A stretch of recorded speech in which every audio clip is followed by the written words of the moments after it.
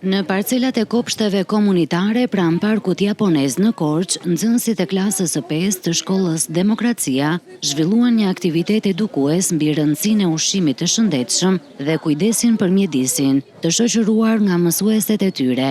Fëmijët mbollën fidan, specash dhe domatesh, duke u njohur nga afër me procesin e kultivimit të perimeve dhe rëndësinë e punës në komunitet. Sot po organizojmë një aktivitet me klasën e 5A të shkollës Demokracia pranë kopshteve komunitare.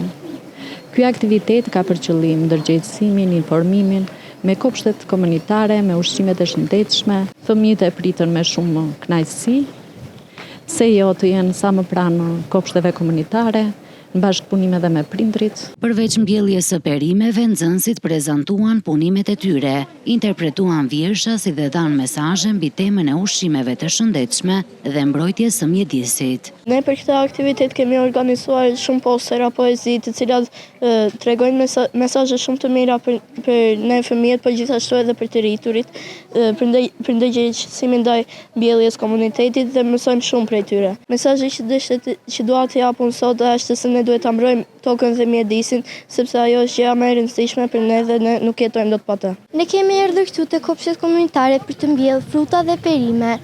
Këto janë shumë të rëndësishme për fëmijët. Mesazhi që përcjellim ne në këtë aktivitet që fëmijët të ushqehen më shëndetshëm. Neve kemi bërë aktivitete për tokën, për mjedisin, postera dhe do të vazhdojmë akoma të bëjmë më shumë dhe unë kam disa mesazhe për të sjellë. Aktiviteti u organizua në bashkëpunim me projektin e-twinning dhe kopshtet komunitare të Bashkisë Korçë, me qëllim ndërgjegjësimin e fëmijëve për një stil jetese të shëndetshëm, bashkëpunimin dhe përgjegjësinë ndaj natyrës.